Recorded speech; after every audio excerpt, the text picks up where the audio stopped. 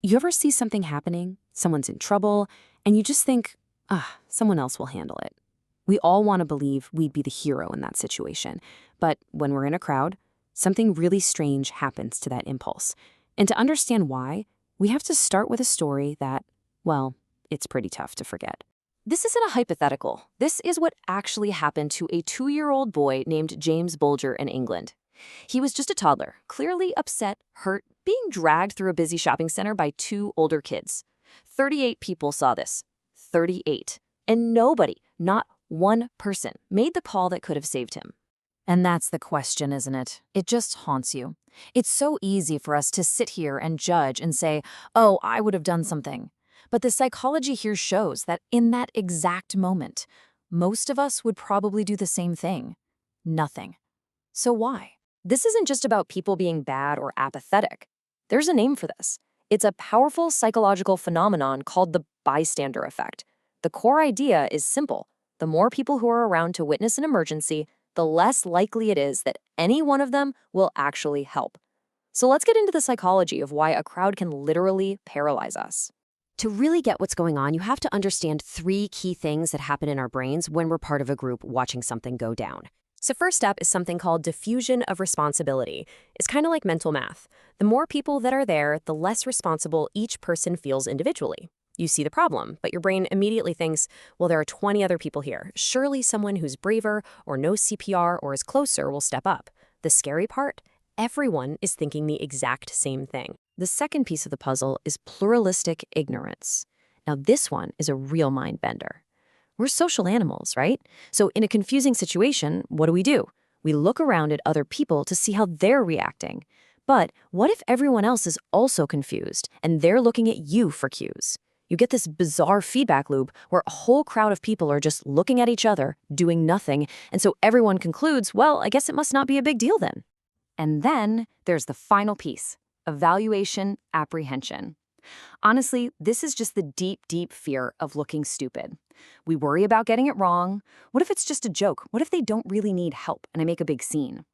That fear of social embarrassment, of being judged by strangers, is surprisingly powerful. It can be strong enough to keep us completely frozen. And when you put these 3 things together, the effect is massive. In a classic study, researchers had smoke pour into a room to see who'd report it. Now, when someone was in the room all by themselves, 75% of them went and got help. Made sense. But look at this chart. As soon as you put them in a room with 2 other people, that number plummets all the way down to 38%. But that's not even the most shocking part. 10%. That's the number you need to see. In the next version of the experiment, the other 2 people in the room were actors, told to completely ignore the smoke. When that happened, only 10% of the real participants reported the emergency. Let that sink in.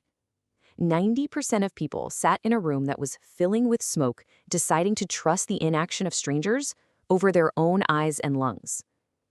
That's how powerful the group is. Okay, so I know this all sounds incredibly bleak for humanity. It makes it seem like we're all just programmed to stand by and watch. But the story doesn't end there. Because a huge review of over 50 years of research found a really important and, frankly, surprising exception to this whole thing. You see, a lot of those early experiments were kind of ambiguous. Is that smoke or is it just steam? But what happens when there is zero ambiguity? What happens when the danger is crystal clear? Like, it's a life or death situation happening right in front of you. And this is where the script totally flips. What that giant study found was that in situations that are obviously dangerous, we're talking a physical assault, a fire, a clear attack, the bystander effect gets way weaker. And sometimes it actually reverses. That's right. When things are really bad, the presence of other people can actually make it more likely that someone helps. So why? Why the change? Well, it fits with a model called the arousal cost reward model. A really dangerous situation cuts right through all that pluralistic ignorance stuff. It's not ambiguous anymore. It triggers a huge physiological response, that fight or flight feeling that just overrides the social paralysis.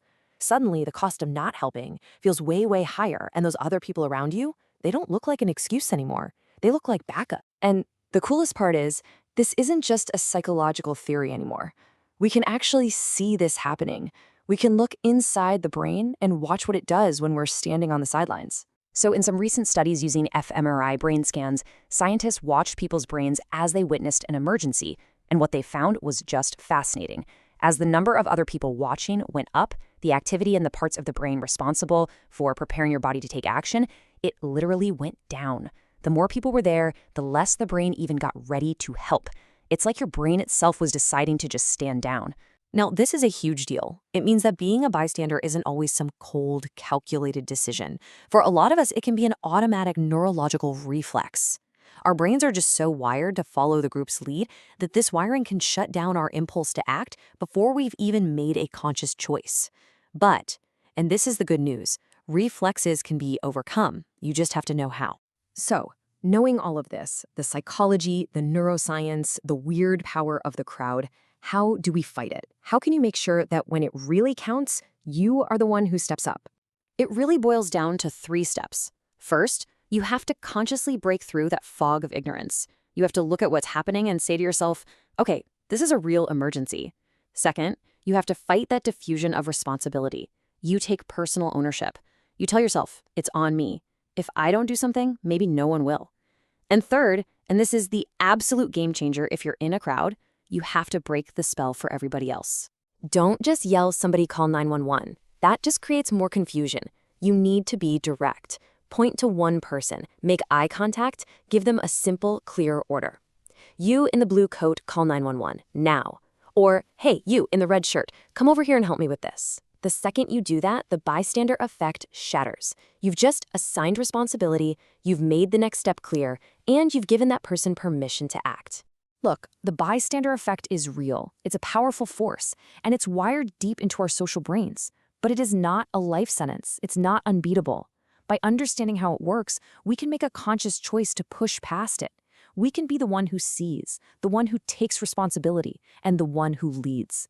The only question is, who will you choose to be?